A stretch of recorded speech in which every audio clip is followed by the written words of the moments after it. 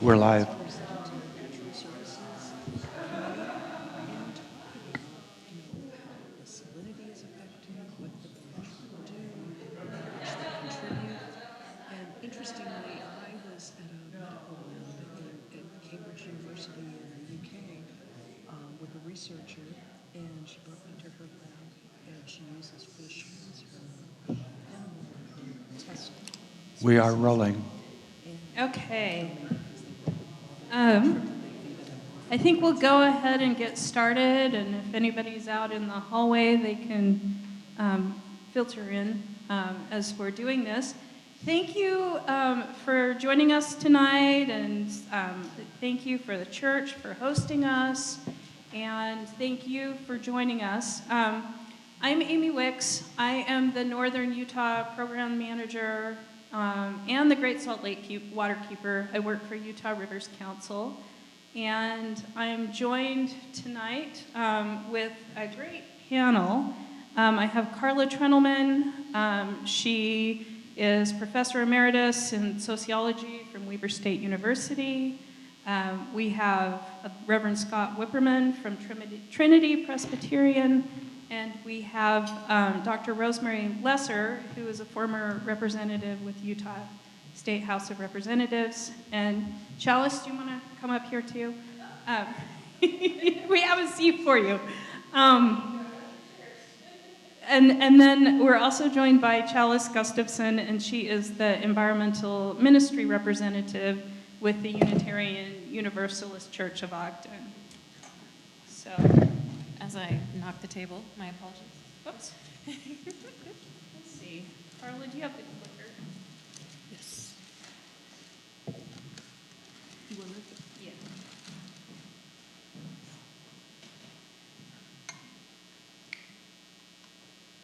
Okay. So why are we here? Why are we here to talk about the Great Salt Lake? How many of you have visited the Great Salt Lake? Actually stuck your toes in the lake, breathed the air? All right, good. We have lots of people who care about the lake. This graph shows, starting in 1980, was low. You can see how in 1986 we reached a high level for recent history. That was preceded by some flooding and things like that. I was a kid in 1983. My neighborhood flooded. We evacuated. We went to my dad's friend's neighborhood. His neighborhood flooded as well. So you can see how, though, since about the beginning of the past 20, 25 years, the lake has been in a state of consistent decline. And this graph shows that the lake is essentially two separate lakes because of a causeway across it. The lighter colored line is the north arm, and the darker colored line is the south arm. The lake can be up to 2 feet different. There can be up to a 2-foot difference in elevation. There was an attempt to change the state statute on that to make it up to 5 feet, and that was stopped, which is good for the North Arm and good for the people who live adjacent to the North Arm. But you can see it kind of is a story of two lakes. And this straight line across there would be 4198. And 4198 is the kind of the Goldilocks minimum healthy level for the Great Salt Lake, for migratory birds, for mineral extraction industry, for brine shrimp, like all of, and for recreation too, like all of the things that we rely on for the lake, they're kind of, for the most part, happy at a minimum level of 4198, and that's something established by the state's own scientists.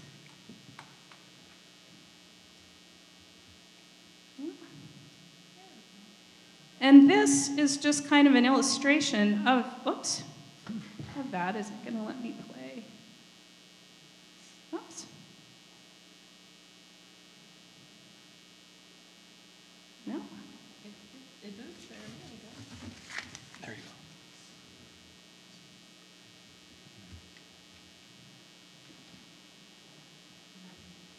Okay, it doesn't want to play for some reason. This basically just shows what that graph tells us. And you can see in 1988, you don't see a whole lot of exposed land. And we'll talk about that a little bit later. But next I'm going to have Carla Trentelman talk a little bit about people's perceptions of the lake. You know, I grew up here. I think, you know, a lot of people think of it as this stinky wasteland. Any water, we need to grab all of the water that we can out of the streams because it's wasted if it's going to the lake. And I think a lot of people don't realize the incredible aquatic treasure that we have that's one of a handful of saline lakes around the world like this, and that you have 12 million migratory birds who are dependent upon it. You have all of these jobs in Utah that are dependent upon it, and I think it seems like Utahns and Utah lawmakers haven't always valued it in the way that they should. So Carla's going to talk a little bit about people's perceptions about the lake and some of her research. And I'm going to actually come over here so that I can juggle all the things. Okay, so hello, and let me just start by saying I was really impressed by the huge percentage of hands that went up when Amy asked how many of you have gone out to the lake. Is that better? Because I've been talking about the lake now for a long time, and it's a good audience if half of the people have ever been to the lake. So you guys are like stellar, which might be why you're here, actually. Thank you for being that. So, so Amy asked if I would talk about attitudes about Great Salt Lake. And that's what I did my dissertation research on, was the sociology connected to Great Salt Lake. This quote is from my dissertation research. I always like using it because it really highlights the complexities of the question, you know, when we start talking about attitudes about Great Salt Lake. And unfortunately, Amy kind of played into how we tend to think about the attitudes of Great Salt Lake, the stereotypes we have about the attitudes about Great Salt Lake, but it turns out that they're a whole lot more complex and a whole lot more nuanced than that.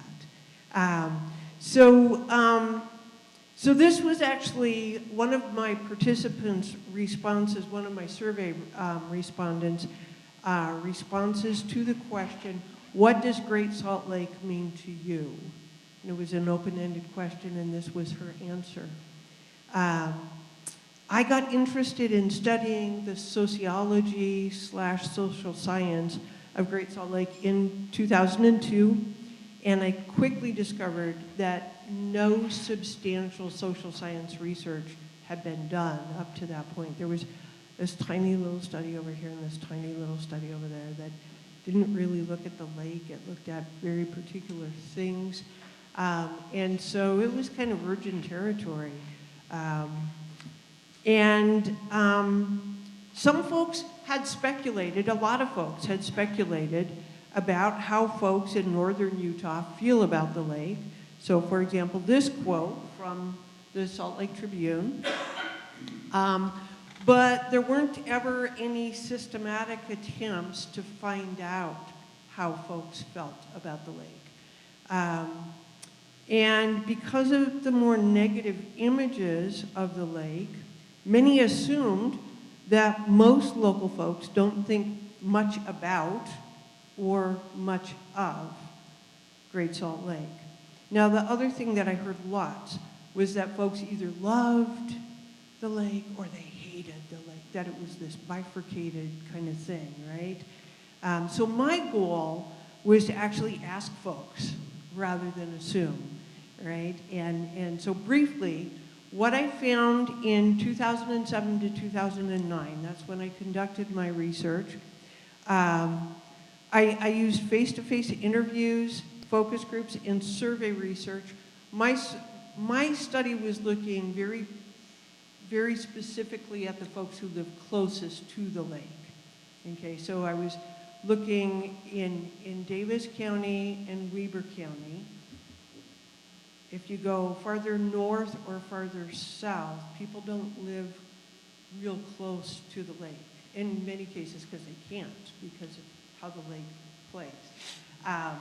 But I was looking particularly at folks who lived within 1.5 miles of the high water line here in Weber County because of the flooding. So that's, there was a moratorium on building below that line. And in Davis County, within 1 mile of the meander line of the lake. So the actual, this is where we said that the lake ends, right? My research, my survey yielded 381 completed questionnaires, which was actually an 83.7% response rate, which is pretty astonishing.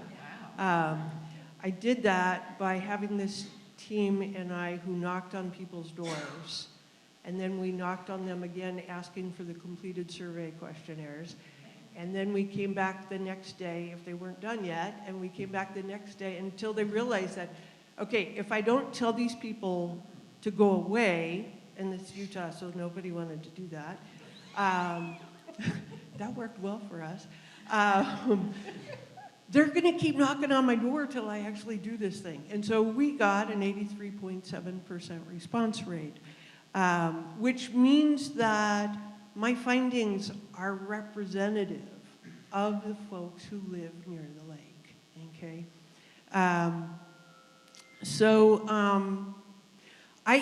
What I found was that it was actually much more nuanced than that polar kind of they love it or they hate it kind of thing. It turned out that there were actually a lot of mixed sentiments among folks. And even those folks who disliked the lake the most had to confess that there were things that they liked about it. In fact, some things that they were quite fond of about it. And the folks who loved it the most had to confess that there were some things that they just were not so all about, okay? And I will confess that, as a lake lover, there are some things that, not so all about, but yeah, and so that's what I found.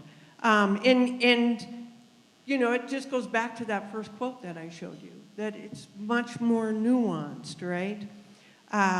When I asked my survey respondents what Great Salt Lake meant to them, I found a variety of meanings, okay? So you can see here that the single biggest thing was that when they thought of the lake, they thought of views and sunsets, beautiful views, the lovely sunsets. A lot of folks thought about the recreation activities related to the lake.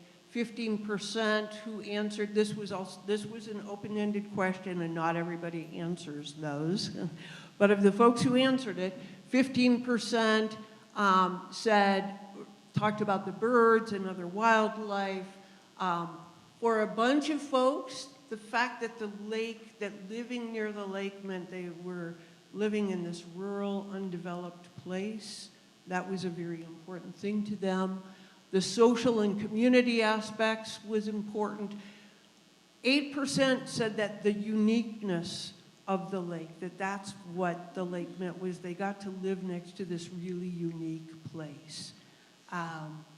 6% came up with negative meanings, things that they were not fond of, but that's what the lake meant to them.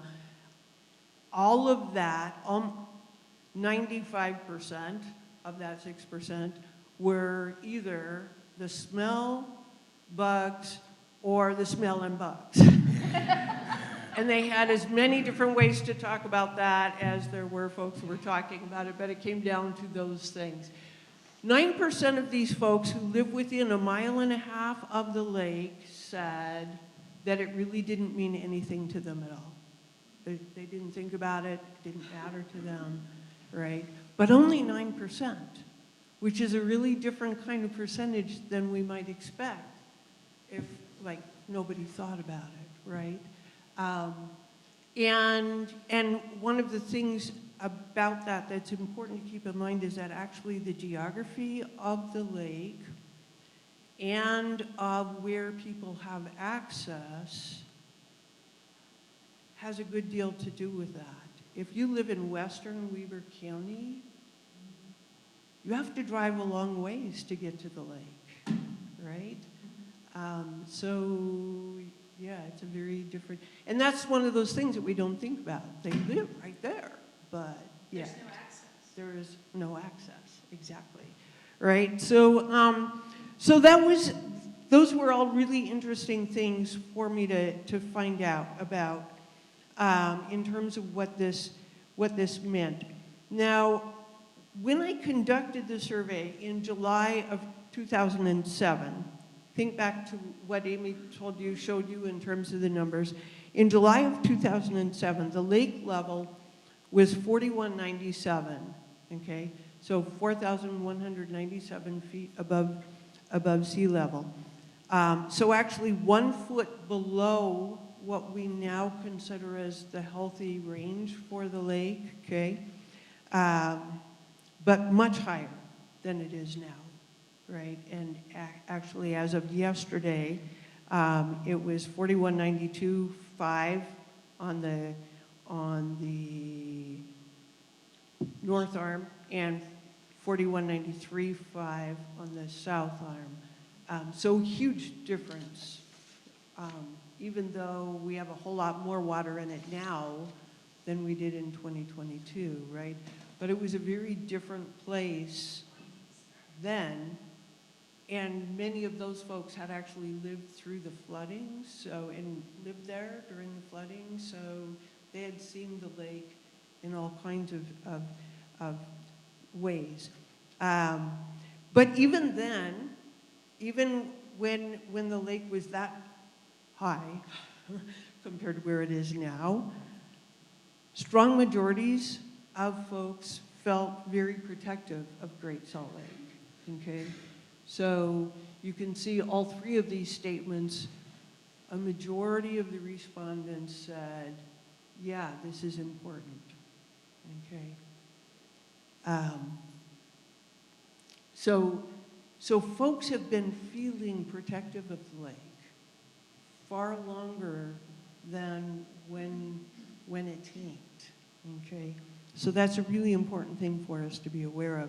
Now, the things that made the biggest differences with feeling attached to the lake were all related to exposure, experience, and involvement with the lake.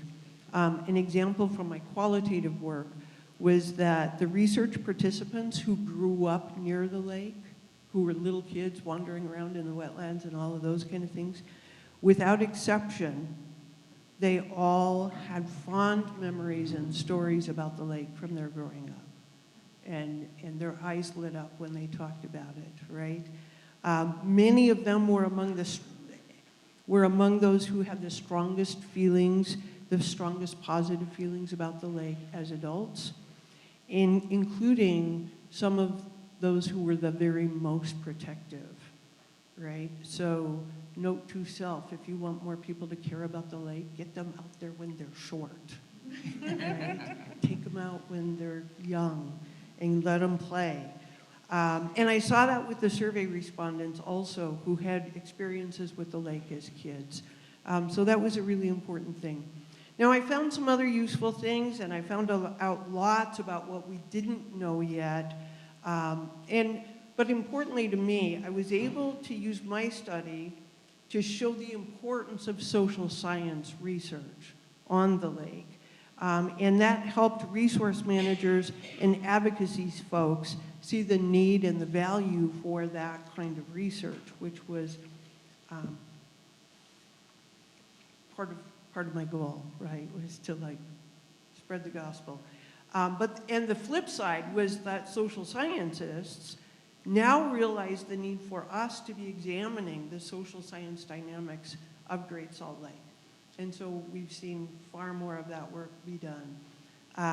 So for example, a much more recent survey, which was conducted September of 2022 to January of 2023. Now, I need to say that it was already planned. The fact that it happened to be being conducted while the lake was hitting its all-time low was absolutely a coincidence of timing, right? But it definitely seems to have captured the reaction, people's reaction to that going on with the lake. And so here are their findings, okay? They found strong support and concern for the lake in the fall of 2022. They were aware of and concerned about the issues for the drying Salt Lake. They saw their own quality of life linked to the lake's ecosystem health. They were committed to preserving the lake, to acting individually, but they also wanted to see state and local communities help. They saw it as a collective responsibility for them and government, right? They wanted to be better informed about the governmental response. They wanted human and ecosystem uses to be the priority over economic uses. And they said that they would have a sense of loss if we can't protect the lake, okay? Really importantly, these respondents expect that a continued decline of the lake will negatively affect them and the future of the state. But they also believe that it's not too late to save the lake. They support action by the state and their local communities to help secure water for the lake through policy measures, okay? Now, I need to note in kind of capital letters on that particular survey that it was a statewide survey, okay?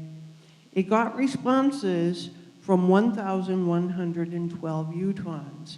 That's a really strong number to be able to show statistically significant differences between respondents, okay?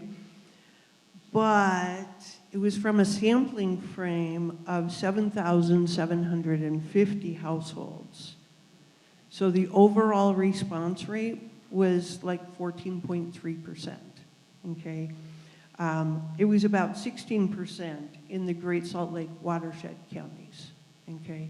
So what that tells us is that even though we can see differences between how respondents responded, it's not representative. You know, it's only representative of those folks who chose to take the survey. And who do you suppose would be most likely to participate in a survey like that? Probably the same kind of folks who would be most likely to show up on a Friday night to hear us talking about this stuff, right? Right? So we do have to understand that. But it's still a good indication of the levels of concern that those folks had, right? And how they were seeing this kind of thing. And also it's important because it was the very first statewide survey. So it was the first chance we had a chance to see how folks who didn't live anywhere near the Wasatch Front, anywhere near the lake, felt about the lake. And so that was also a useful thing. If any of you are interested, you can see their very readable report here. If you want to take a photo of that, you're welcome to do so. Or we might be able to make these. We can send, we'll get it to you somehow. If you're interested, yeah. So that was at the lowest point for the lake, right? And probably the highest level of concern from Northern Utahns and government officials. And we saw immediate, meaningful response at that point in time, right? Well, the lake still needs more, absolutely, still needs more. At that point, political leaders accomplished some things we never thought we'd see. For example, actually changing Utah water law. We didn't ever thought think we would see that, right? But we saw it in the first couple of years since the lake took the deep dive. But as we all know, we had a couple of back-to-back winters with lots of snow. It's gotten a little easier for folks to get a little complacent, including to a degree the state legislature and the governor. We're hearing a little less, not on my shift kind of thing. And so there is that. We have been starting to see some weariness and or oversaturation with Great Salt Lake concerns and news, and we've seen some backlash because of that in terms of attitudes. In fact, I thought that I saw a news survey showing that a little while back, but I wasn't able to track it down. But today, I discovered a brand new study by Envision Utah that found that 76% of their respondents are concerned about the water situation in Utah. And Great Salt Lake was one of the things that they had concerns about. Now, I do need to say that Envision Utah actually doesn't work from a sampling frame. They just send it out to whoever in the universe wants to take it. So you cannot talk about that study being representative at all. Again, it does show us statistically significant differences in how respondents feel. So typically that's going to give us the differences between the folks who care enough about the lake that they want to take it and the folks who care enough about feeling like the lake is taking up too much energy, too much time, being too much, right? And so we're saying, giving some other views. But that's the newest study that I've seen. Fortunately, we now have a whole group of social scientists, this is so exciting, who are conducting research related to the lake, social science research, as opposed to, you know, other kinds of surveys. This is really cool to see. They're looking at everything from attitudes about particular aspects of the lake or lake sites to environmental injustice issues, particularly related to lake dust. These folks will be able to provide information about how attitudes continue to shift and what approaches seem to be working best in terms of social dynamics.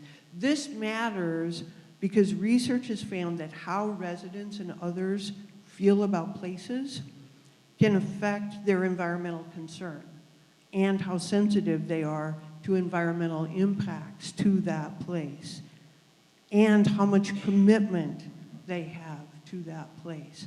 So finding out where folks are at will give us a feel for those levels of commitment and, you know, those kinds of things.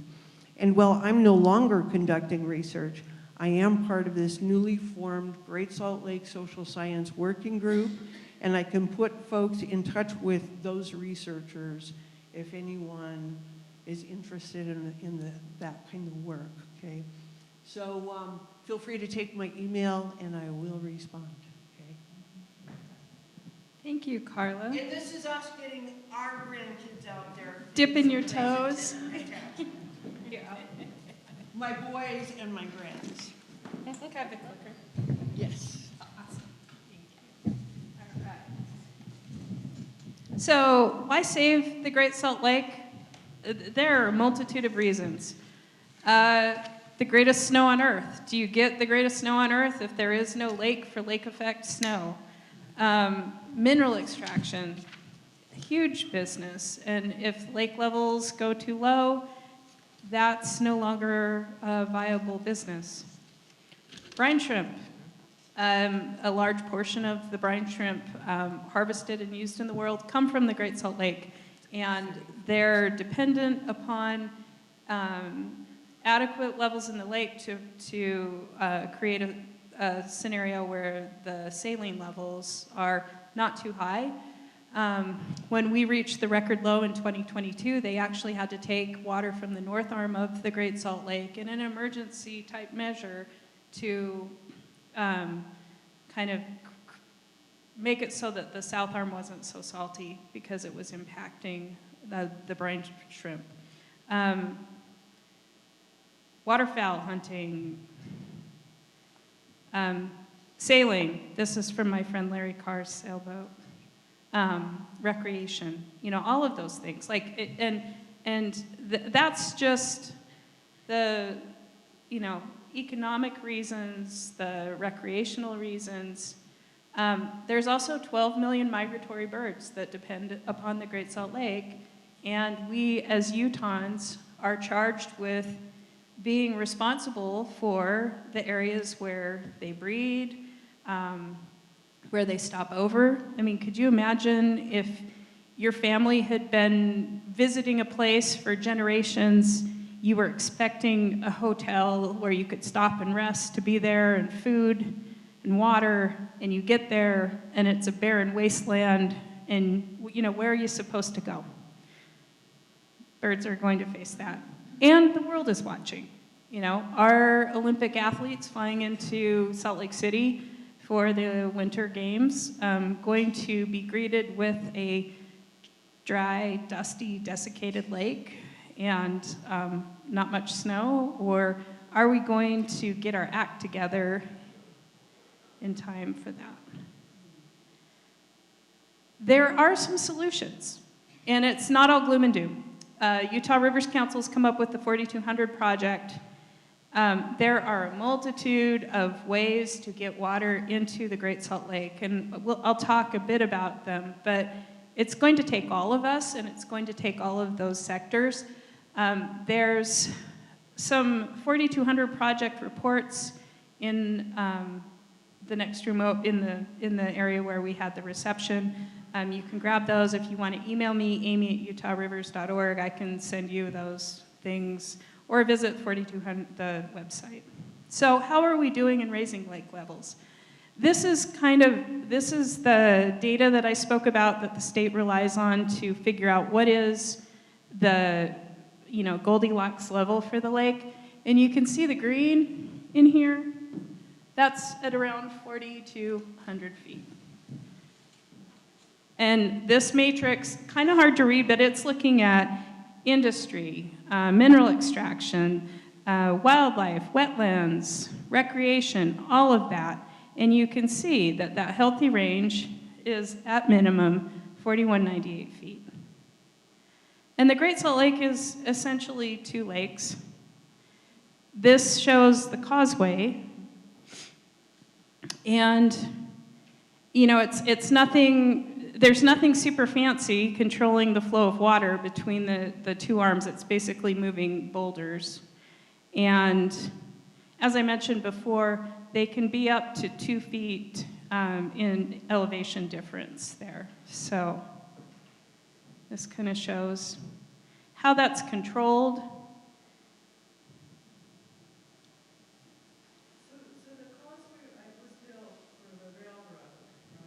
The causeway, so the question was, the causeway was built for the railroad. The causeway was built for the railroad. There were wooden trestles. You can find some of that wood on the visitor center at the Ogden Nature Center and other places. And they put in a new causeway that is solid, and that's basically when they really, that was to the detriment of the north arm of the lake when that happened.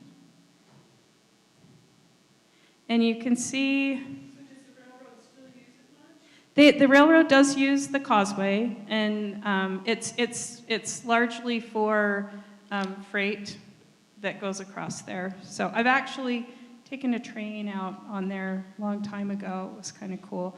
So how much water is needed to bring the Great Salt Lake up to a healthy level? And this is from the 2022 record low of 4189. We're kind of headed in that direction again. So how much water will it take to bring the Great Salt Lake up to 4,200 feet in elevation? It's 8.4 million acre feet. And you can see here, Carla had mentioned the levels. This is where we're at today. How much water is that? So 8.4 million acre feet. If every man, woman, child in every city in northern Utah City stopped using water for an entire year, and every farmer stopped using water, it would still take 4.5 years to refill the Great Salt Lake up to 4,200 feet. And this is in 1,000 acre feet. This shows it's not possible in 10 years. It might be possible in 20 years. The problem is, we don't even know where those goalposts are. Our state legislature will not recognize that 4,200 feet or 4,198 should be the minimum level that we'll accept for the lake, and that all of our public policy should support that. Utah Rivers Council worked with Senator Nate Bloom to run it was just a resolution, not even anything binding, was a resolution in the 2023 session to recognize 4198, that's the state's own numbers, as the goal for the Great Salt Lake. It didn't even make it out of committee. We have concurrent resolutions recognizing the state cooking vessel. It's a Dutch oven.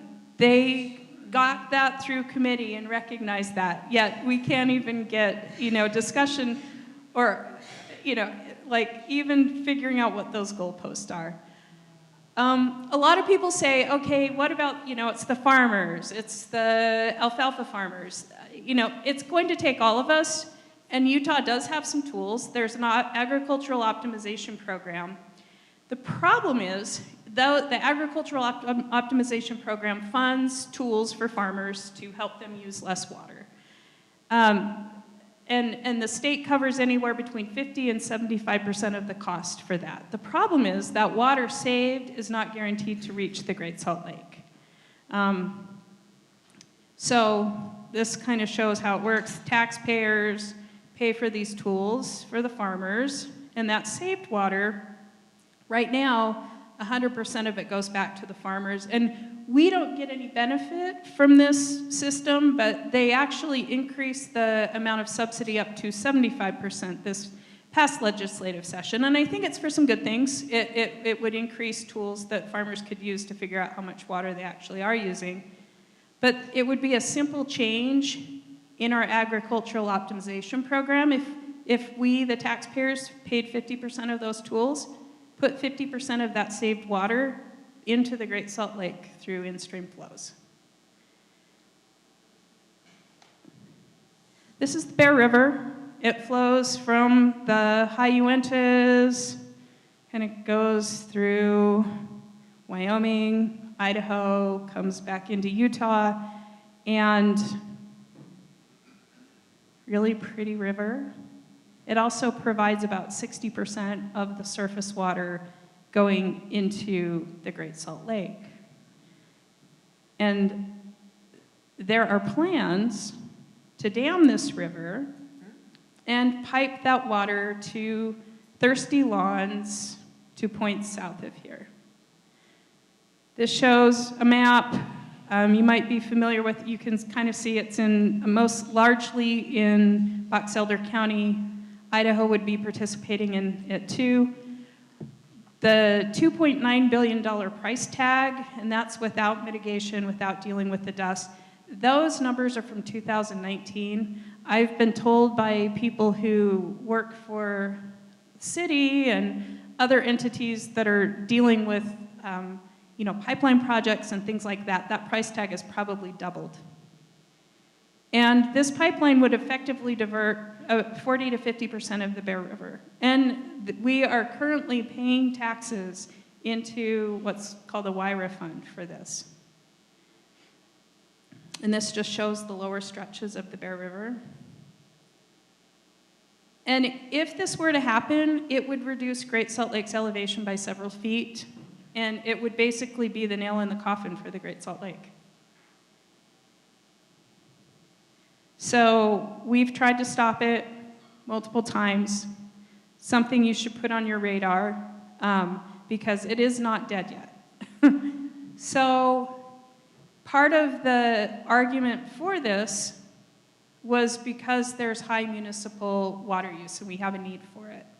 The problem is not that we don't have enough water. The problem is we're not using the water we have in a smart way.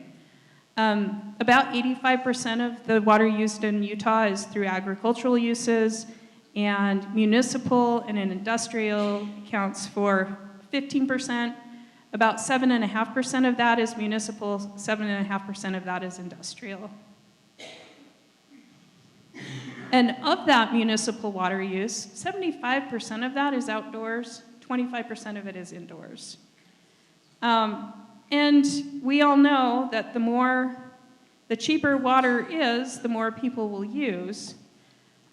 Utah Rivers Council asked for a legislative audit of Utah's water needs because we felt like the numbers weren't really based on science and that there were some concerns about those.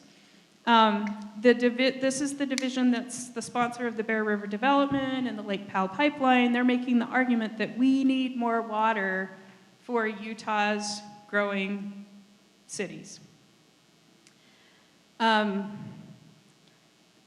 This message that Utah is running out of water and needs to spend over $6 billion on these two water projects, just the facts don't back that up. Is Utah really running out of water? No. The problem is, our per capita water use is some of the highest in the nation, and we don't know how much water we're using or how much we'll need. In the legislative audit, this showed that the division staff were unable to document their methodology or provide us with the source documentation for the data used in their baseline. This is from the legislative audit. This is something that would be comical if it wasn't so horrible. It said our review of local water use data revealed significant errors. For example, on cities' reported water use for 2012 was sourced to a city with an identical name in the state of New York. So they couldn't even get the cities right.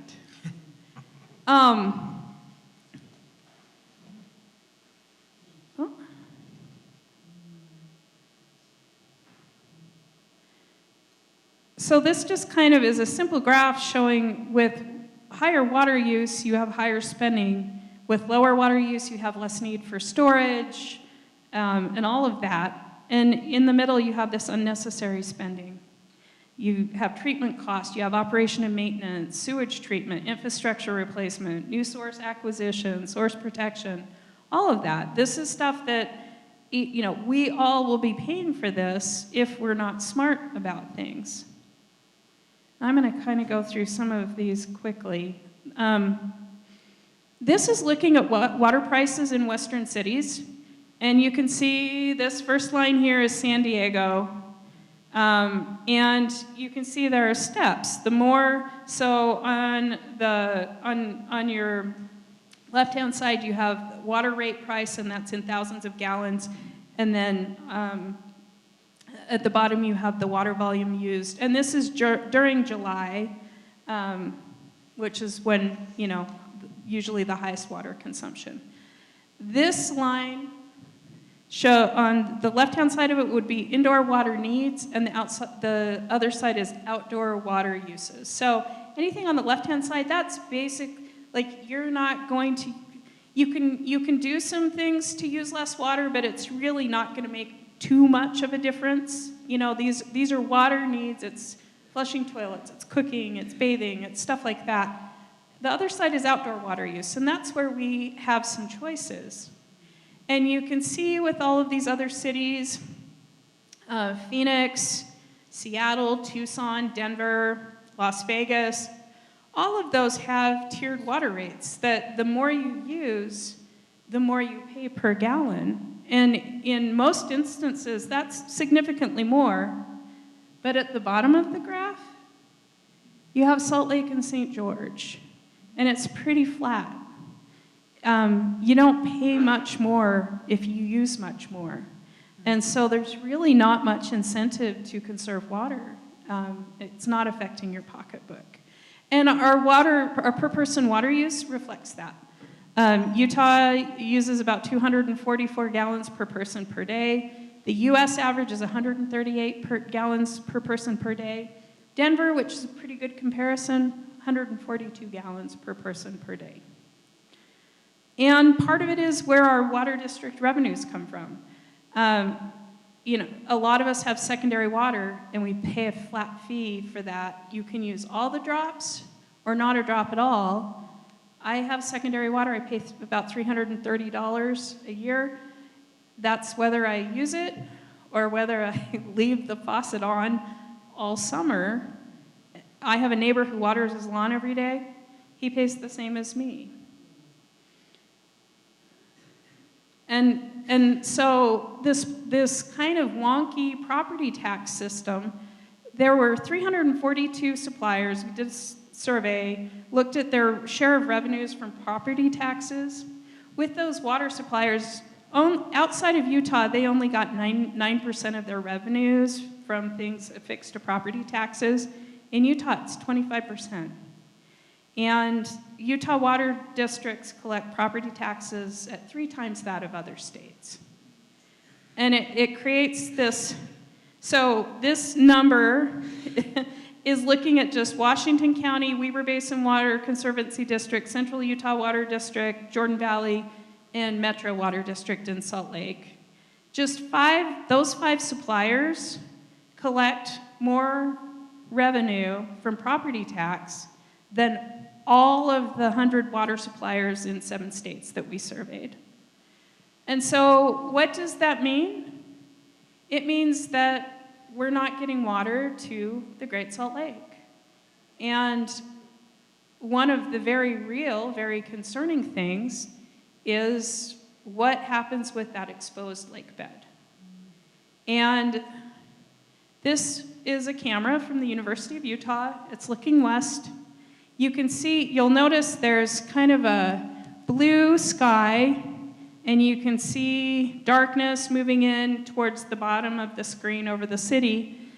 Those aren't storm clouds, that's dust.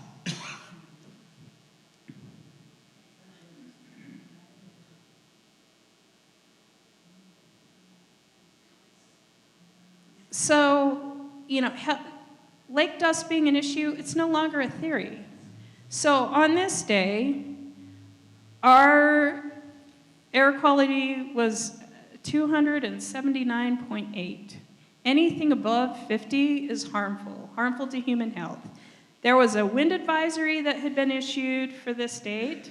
The possibility of blowing dust was elevated across the state, and they advised people to try to avoid outdoor activity if blowing dust is observed. People with existing heart or respiratory ailments should take proper precautions. So, is this a sustainable future for us? This is Owens Lake. This is Owens Lake now. Owens Lake the Owens River was diverted. Because of that, it's desiccated. It was desiccated in less than 20 years. And it's a cautionary tale. Some of the highest levels of PM10 air pollution ever measured in the United States are there. Los Angeles has spent roughly $2.5 billion to date on mitigation efforts. And that's the future we find for ourselves if we don't address this problem. Let's see. This shows some water conservation goals. Utah has set some lofty goals for themselves. So, there's a lot we can do. I'm going to go through some of these just so that we have a chance to hear from some of our other panel members. But You know, there are a lot of tools at our disposal, and they're outlined in the 4200 project. I'm happy to talk to you about it. The state did do some good with this last legislative session. They put something in statute that allows water districts to take water conservation into account. Hold on, we're gonna go through some of these. So they can use conservation-based water rates. Go through. Let's see. So these are the common sense solutions. Number one, set 4,200 feet as the Great Salt Lake water level restoration goal. Give permanent legal protection to the Great Salt Lake. We talked about agricultural optimization, deliver that to the water, that water to the lake, and fix that problem. Stop any new upstream water diversions, fix our tax system, drive community action as levels drop. Take those taxes from the Bear River development and put them towards actually buying water rights for the Great Salt Lake. Strengthen our municipal conservation goals. Get rid of ornamental grass. If it's not functional turf, we don't need it. We can be using that water on food and trees and, you know, for us and for the lake and for all of the birds that depend on the lake and that ecosystem. There are some tools. We just need to use them. So I'm going to turn it over and we're going to just kind of talk to our panel. So Scott, you were going to talk a little bit about the responsibilities and of, you know, for people of faith. Like, what can you do? What's your responsibility as a community member and an engaged community member, and how do you see people can participate in that and help save the lake? Let me start talking about another lake. There's the Aral Sea, which is actually a lake. It's in Russia. It's very large. It's the 4th largest lake in the world. It has an area of about 26,255 square miles. The Salt Lake is 1,700 square miles, so by comparison, it's much larger. It's a salt lake. There's 2 rivers that feed into it, but it's not as salty as the Salt Lake. It has a salinity of about 10 grams per liter. Salt water, ocean water, has about 35 grams per liter. So this lake has a very robust fish population, and the communities on the shore of this lake rely on that fishing industry. There's canneries there. There's a town of about 60,000 people that mainly work either in the fishing industry or in the cannery industry. And there's river deltas of these 2 rivers that feed into the lake. They're Russian names. I'm not going to try to pronounce them. And these river deltas have all kinds of a variety of biodiversity of floral and fauna. There's great hunting that takes place in this area. They're just amazing things. This is kind of a desert in Russia, but except for where these deltas come in and this lake. And everything I said would be absolutely true if we were in 1959. In 1960, Russia started diverting some of the water to the desert area north of the lake to grow crops. In 1987, a scientist, a Russian scientist, wrote a study. The lake had shrunk by 40%. The fishing industry was gone. One, the salinity of the lake had risen so much it killed off all the fish. 2, the docks were now high out of water, so the boats couldn't reach them. And this scientist was urging Russia to do something, to take some action to save the Aral Sea, the Aral Lake. If we flash forward, that was 27 years after they started diverting the water. If we flash forward to 2014, NASA declares the Aral Sea completely dried up. There are a few deep pockets of water that on the north and the west side of this that still remain. These were the deepest parts of the sea. But the rest of this 26,000 square miles is now land. And as a tale is what can happen, one thing, they noticed several problems. One, with all the land on the east side of the lake, because it's westerly winds coming out of the west that blow across the lake to the east side, the croplands started producing far less crops because of all the salt being blown into the ground. And so they were having to flood the land more and more with water from rivers to try to reduce the salinity of the salinity of the land to grow crops. Also, artesian wells all around in the area dropped in flow and in rates, even affecting things 105 miles away from the RLC. And the cancer rates, the anemia rates in the communities that were to the south and the east where the prevailing winds blew, anemia went way up, throat cancers went way up, kidney problems went way up. Child mortality became the highest in the world in this area, all from the dust and the salts and the poisons and the minerals that were in the bed of this lake. This all happened by human intervention. They diverted water. The scientists raised the flag 27 years after this happened, when the lake had dropped 30 feet but still was water in the lake, and they took no action. This is a potential for the Great Salt Lake. The Great Salt Lake is a lot smaller. It has much smaller buffers than the RLC has. It won't take many years. We've had the wettest 2 winters, the past 2 winters, not including this one, were the wettest 2 winters in record in our area, and it did bring the lake up a little bit. All we need are some normal years and some dry years and hot summers, and we will again be facing the threat of the Great Salt Lake drying up in 5 years, not in 40-something years. And once that happens, as was mentioned, the dust blowing on, then our great mountains on the east side of the lake are going to stop all that dust. And all those homes along the west side, anemia, throat cancer, kidney problems, child mortality, will Salt Lake Valley become a very uninhabitable place to live? Will we become Cancer Alley?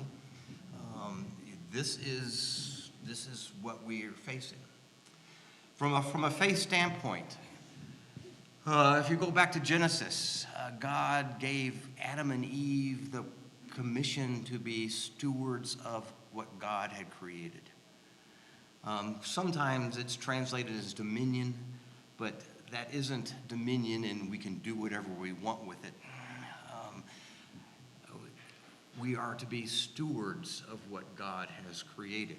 That's what we're called for to do. And as Christians, I think that's something that we have an imperative to follow, to be stewards. We can do things ourselves to help that stewardship.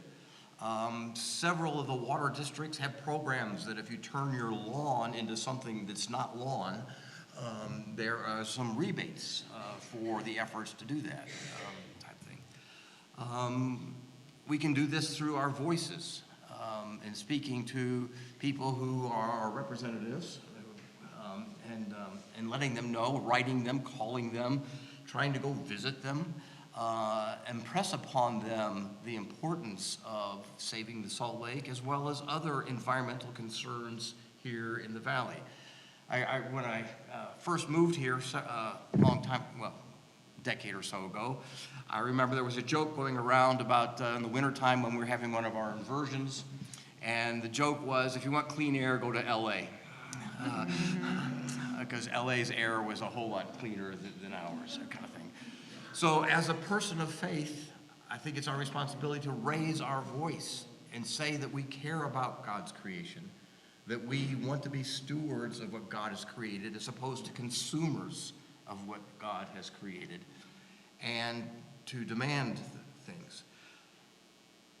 We can also express our conviction by how we vote. Vote for people who are going to do something. Vote for people who have a care for creation, who have a care for future generations. One problem with politicians, excuse me. That's okay.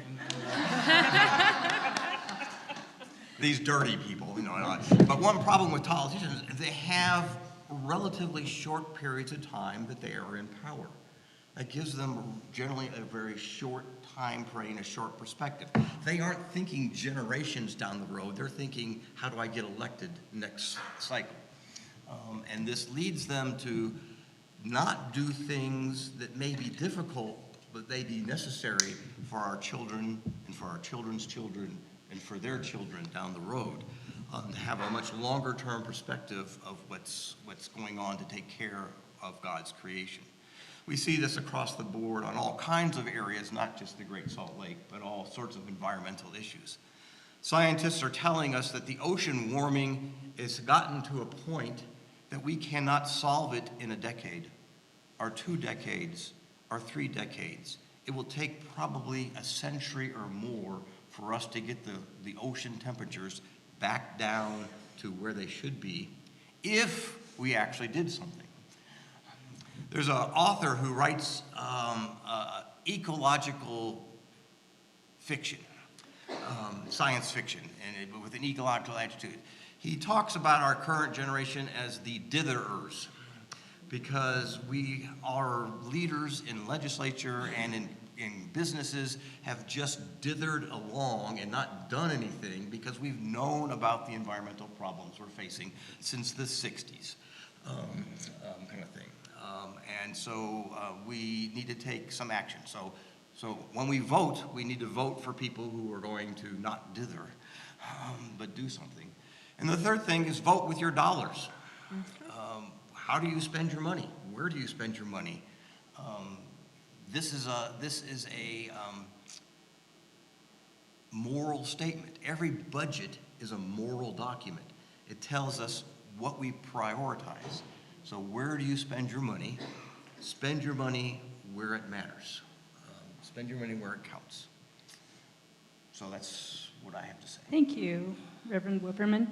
Okay, we'll now talk to Dr. Lesser, former Representative Lesser, about how do we not be ditherers? How, if you're concerned about the lake, what is the best way to engage with your elected officials at the State House to get them to act? Great. Well, thank you very much, and it's great to be here. And for the record, I do not identify as a politician. And in fact, actually, many of you know me from my previous career as an obstetrician, and there is no other profession that, in my mind, cements the commitment to the next generation as welcoming new life and meeting and spending time with families who have these dreams of a future that they want for their children. And that's something all of us should want. And that is what I took to the legislature during my time there. And just wait and see, I'm headed back. But let me tell you, but back to your question, and thank you for your very comprehensive presentation. What I observed during my 4 years in the legislature is that there were some things that moved my colleagues and some things that didn't seem to matter. What did matter to them was money, and health a little bit secondarily.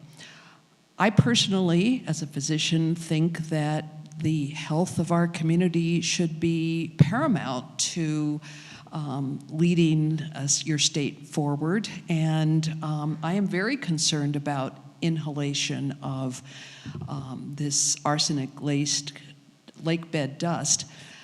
But I'll tell you what I think I see as and you've got to look for silver linings in as many places, as hard as it is. But I think the 2034 Olympics coming ahead is something that is going to motivate these people to hopefully stop being dithers, because the reality is that that dust that blows onto the salt or onto the snow causes the snow to melt sooner and also makes for less quality snow. In fact, with our current dust blowing, the prediction is that we lose about 12 days of skiing on average just from the increased melting. So I think that, you know, with regard to buying water rights and things like that, we've got a long way to go, because the problem is that the farmers don't want to really sell their water rights. That's the problem. So we're in a hard place, because in Utah, they, you know, you talked about the niceness. Well, they basically don't want to, they want to incentivize people. That's why we have like the ag optimization program. We want to incentivize you to use less water. We want you to flip your strip and we'll give you $7, you know, a square foot or something like that to do that. But they've really had a hard time coming up with laws that do things like say, we are going to limit turf. Now, in Las Vegas, they haven't seemed to have that problem. If you go down to even St. George, they have also not had problems with that. But we're going to need to have the people reach out to their representatives and say, we have to do this. We have to do this. Now, one thing I was talking with my colleagues before we got started, this may be one of the very few silver linings of the tariff wars, is if China stops buying Utah's alfalfa. That may be one of the only things that I can see, but I'll tell you, just this past week, 200 people were laid off from Utah Iron down in Cedar City for one reason. The Chinese are not going to buy the iron that they said they were going to. Now, when I read the article in the paper, quick diversion, nobody said this was because of the tariffs. It said it was because of the current economic situation. I said, forget it. This was because of one man, one wild man, we're not even going to say his name, who decided that he was going to start a trade war and really lay it in on China with rates that are astronomical. What has happened? 200 people in Cedar City now do not have a job. And to your point, Reverend, about voting, let's see how those 200 people feel about the current tariffs. So back to the original question. Sorry, I diverge. Maybe I am more of a politician than I think. Get to know your representatives. Text them, go to their town halls, have a relationship, and prepare to have your heart broken when, no matter what you say, they are going to go vote their party line. And how do you overcome that? You get your friends and your neighbors and your community to vote them out. So I guess I am a politician after all. Well, and I will say, you know, as a former city council member of 12 years, like, there are things your city council can do. And don't just reach out to the person who is your city council member for your municipal district. Like, reach out to all of them, because this is a big public policy decision. Ask them to adopt conservation-based water rates. They can do it. Tell them, like, we need to do this for the future of our community. Making sure that, you know, local ordinances allow for water-wise landscaping. Make sure that the city's not watering the street in the middle of the night in front of the mayor's house, creating a pond. Like, you know, report that stuff. Mm-hmm. You know, hold yourselves accountable, but hold others accountable too. And that, you know, you think you might not be able to make a difference. The good thing about local politics is it's not partisan. And so you have people who are getting into it because they care about the community. It seems like there is more partisanship influencing those elections now than when I was first elected in 2004. But there is a way, I think, to get them to adopt common sense things and to let them know if we don't fix this, the mitigation costs for dealing with the Great Salt Lake dust are going to be unaffordable. And that maybe going back to, you know, speaking with your wallets, that's maybe one way to get them to listen. Like, this is foolish for us to do that. Chalice, did you want to touch a bit on maybe what the environmental ministry with the Unitarian Universalist Church is doing and how people can get involved with that? Sure. Let me go grab my notes because there's something I want to brag about. Where are they? Oh, they're right here. Grab it for you.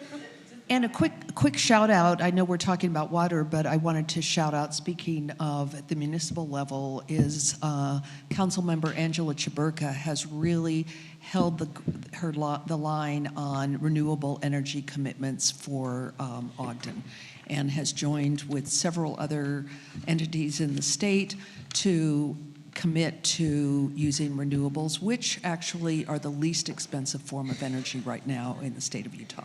She's also the most responsive council member, and oftentimes she is very alone in being the voice of reason. I appreciate her so much. Chalice, we'll let you just kind of touch briefly on what the UU Environmental Ministry is doing for the lake and how people can get involved with that. Okay.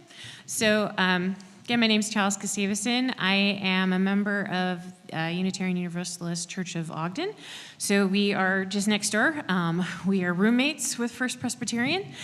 And I am our congregation's environmental ministry representative. And so I actually liaison with First Unitarian down in Salt Lake, which is kind of like a big sibling church. And they have actually their environmental ministry committee, they have actually a committee, have been very involved over the past few years in getting in, working with local nonprofits to bring more awareness to the Great Salt Lake issues. And actually every legislative session, we try to basically keep the pressure on the legislature. And so it was First Church, as well as some other local nonprofits and other churches that were doing the vigils for the Great Salt Lake that were happening in the mornings during the legislative session, and also walking the waves, where you would have the folks at the end of the day, they would walk around the Capitol, and they would be dressed up like brine shrimp, and they would, or animals, and it was so cool. Like, people would come in costume of like different like seagulls, and just to like, as the representatives are leaving for the day during the session, they see all these people dressed up like lake creatures, as a way of just being like, hey, we're watching you. They also would we would have a legislative tracker to keep track of all the bills that involved that touch on the Great Salt Lake and other environmental issues. And they would sponsor lobby days. Like Thursday, we're going to go, and you're going to, we need volunteers to go to the Capitol, to go as citizen lobbyists, to go speak to folks.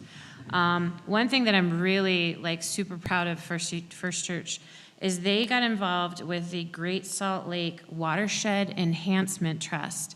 And they did a fundraiser last year and were able to raise $35,000 to purchase water shares that would be then held in perpetuity and not be used, so that those shares of water could go into the lake.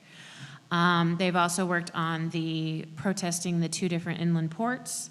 And so we've tried to keep folks abreast of the inland ports protests, and so that way, because those are going to affect the health of the lake with all the increased pollution from all of the traffic and the building and the destruction of very delicate wetlands. And so when thing that I would recommend anybody who's really interested in keeping appraised of things that you can do is to sign up for the Friends of the Great Salt Lake newsletter. If you go to, I want to say it's greatsaltlakenews.org, you can sign up for their newsletter, and that will keep you up to date on all the different cool things and all the different groups who are collaborating. And there's a Great Salt Lake Collaborative, and they will be able to have all sorts of cool things that you can do to participate to help raise awareness for the lake and to help fundraise for the lake. There's art shows, there's poetry readings, there's lobby days during the legislative session. There's speaker series. I know that the Salt Lake Audubon Society, that they have speaker series as well, and you can learn things. And one thing that we like to do actually for the Great Salt Lake is, or just in general, is that I try to do postcarding during the legislative sessions. So after Sunday, after our services on Sunday, I like to go around and I annoy people with postcards and be like, hey, look, I even stamped it for you. Please just sign this and we'll send it to your representative. Or send postcards home with folks. And anybody, I mean, I spent $50 and got a big box of custom postcards printed. So, and we're actually having a legislative workshop next month on the 25th. That'll be here. And it's going to be after our service. So I want to say it's going to be like 11:30, 12. And we are going to have a workshop hosted by a couple members from First Church and myself. And it is all about how to effectively write your legislators. And so it's how to effectively pester the ditherers. Because I don't know if you can speak to this, Rosemary, but actual physical mail is more impactful than like an email or a phone call, in your opinion. Is that true? I've heard that from former legislative aides or folks who've worked for legislators that like having something tangible is a little bit more impactful because, some of them tend to be older, more analog. Well, it's actually become very, very digital. I mean, almost everything that we're getting is digital. No matter how it gets to them, whether it's texting, phone calls, in-person conversations, or email, what is most impressive is when it's a large number who all feel the same way. Mm-hmm. And like, for instance, an example is last year, there was a bill to allow this company to start clawing out to do another gravel pit at the entrance to Parley's Canyon. Mm-hmm.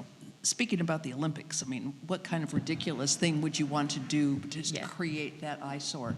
And the emails were tremendous. I loved it. And,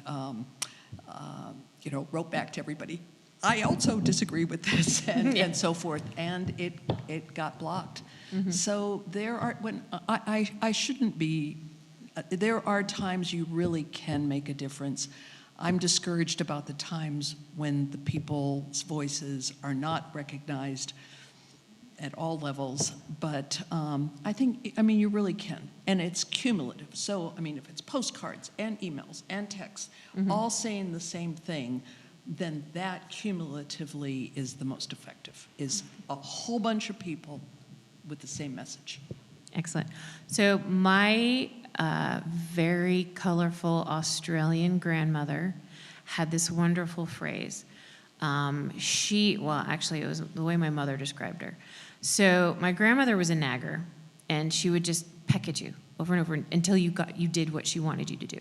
And my mom described it as being pecked to death by ducks.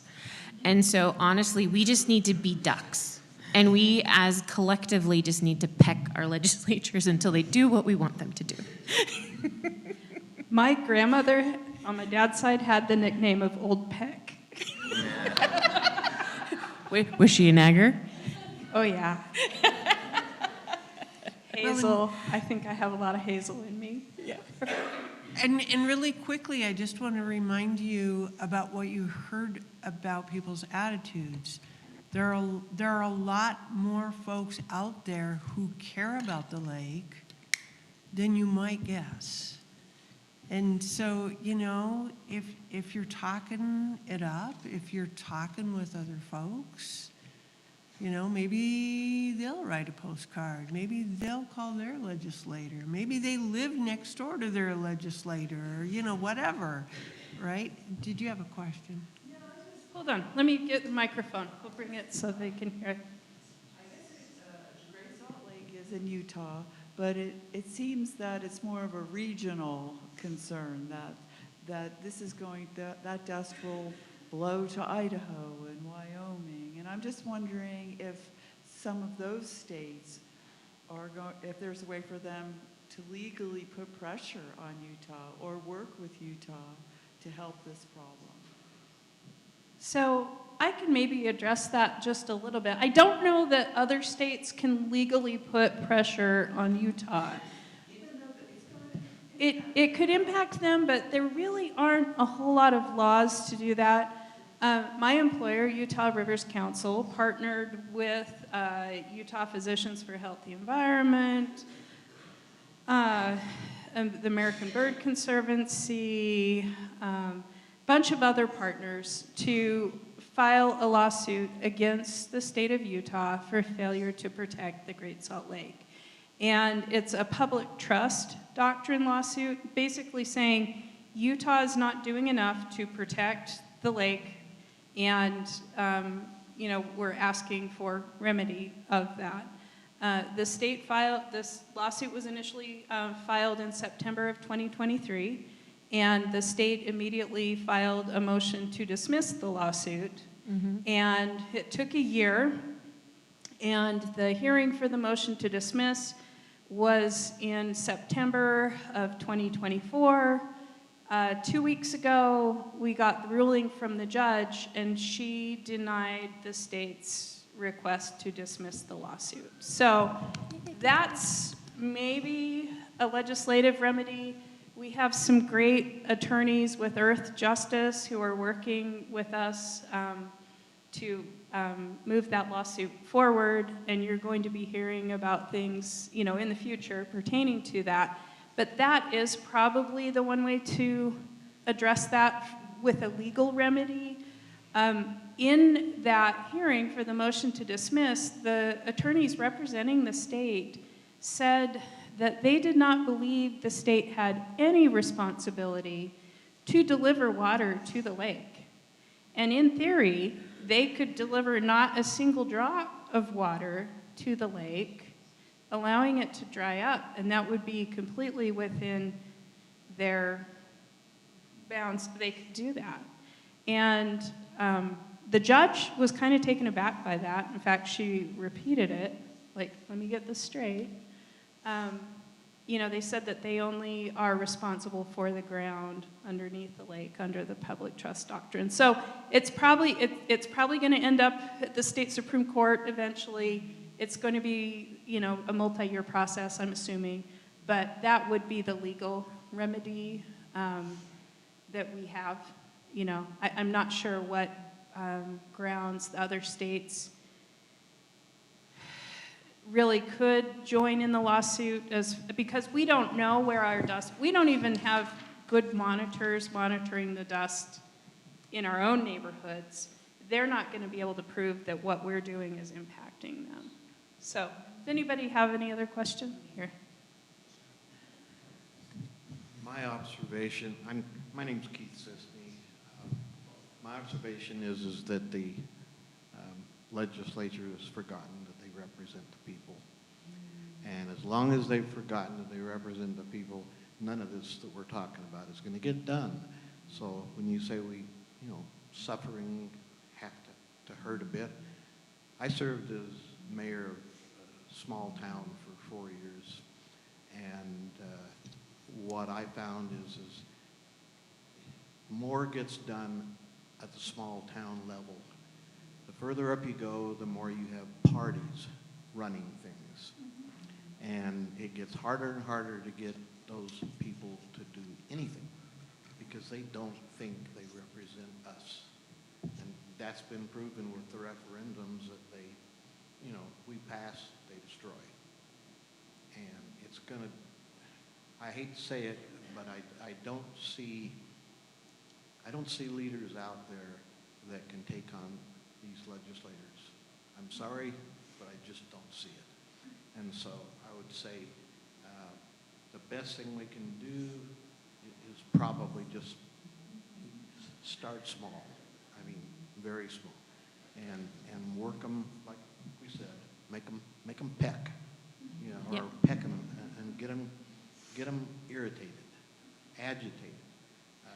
People have to hurt a little bit. They have to feel pain a little bit. I'm not trying to say, you know, make people die or anything like that, but they have got to hurt before they will do it. And the legislators are no different than anybody else when it comes down to that. They just have more money and more power, and they're not hurting right now at all. I do want to just remind folks, or perhaps inform folks, that the state legislature has made phenomenal movement in the last 5 years compared to where we were before. And it's really important to say that out loud. It's important to say that, to acknowledge that when we're talking with them. We're really appreciative of the ways that you folks have already moved things forward. They've done some things that those of us who have been playing with the lake for a long time, quite frankly, really didn't believe they would ever do. And that has happened just within the last 5 years. So yes, there's a lot of challenges right now, absolutely, but there is momentum. It becomes really important to encourage them to continue that momentum instead of letting it sit. And including taking some proactive steps, for example, saying, we need to work towards this minimum lake level. That would be amazing if they did that.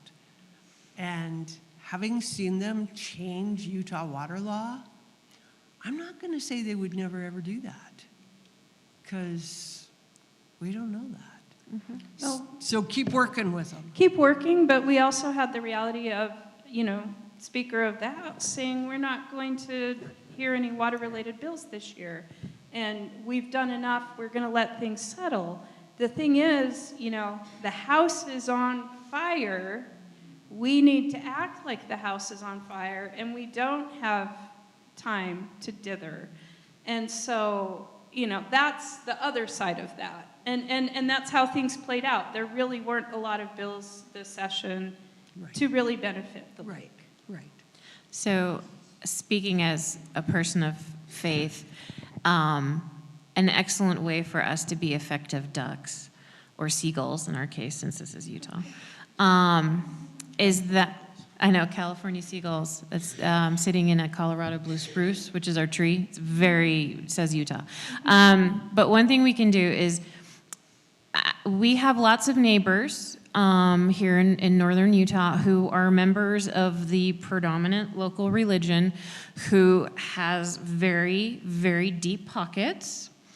And one thing we can do is, when we are talking about the lake with our friends and neighbors and coworkers, is be like, I read in the paper last year that, the LDS Church donated like so many millions of dollars to the lake. That was so cool. That's such a neat way to use your tithing. They're so smart with their money. Wouldn't it be really awesome if they did that again and set this really great example, especially with the Olympics coming, and just showing the world that, how they want to take care of the home of the capital for their particular faith. Just kind of play that up, because in all honesty, things don't really happen around here unless there's buy-in from, Temple Square. And so encouraging your local friends and neighbors who are members of the church to keep that up, and just kind of put that pressure and, bring it up in fast and testimony meeting would just be fabulous, so, yeah. And in our society where we find most of our reality comes from movies. Yeah. I don't know if you remember the movie Independence Day. It was out many years ago. Aliens are attacking the Earth. And there's this great scene where Will Smith is a fighter pilot and he shoots down one of the aliens. And they're coming from this Air Force base in the desert of Arizona. And he's got this alien, this dead alien in his parachute. He's dragging this alien through the desert. And all of a sudden he comes out with this line of, "What is that smell?" Well, it turns out he's not dragging that alien through the desert. He's dragging that alien through the Great Salt Lake Flats. And this was not a line in the movie. This was just something that Will Smith said, and it fits so well, they just left it in the movie. Kind of thing.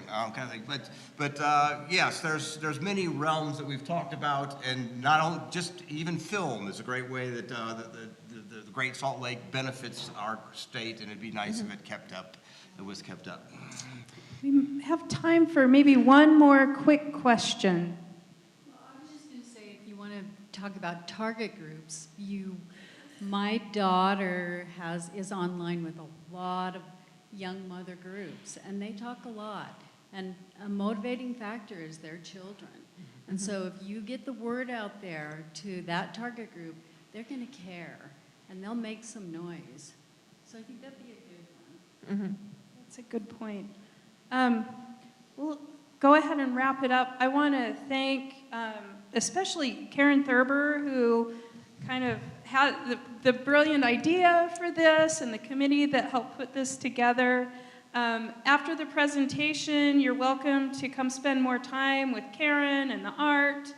And if you did purchase artwork tonight, thank you. That benefits Utah Rivers Council, and we appreciate that. That helps fund educational things and not necessarily lawsuits, but good stuff lawsuits. like that. And you may pick up that art tonight. So, and I just want to thank Rosemary and Scott and Carla and Chalice for joining us and being part of this panel, and for your thoughtful questions. And I'll stick around. There's some information from Utah Rivers Council next door too.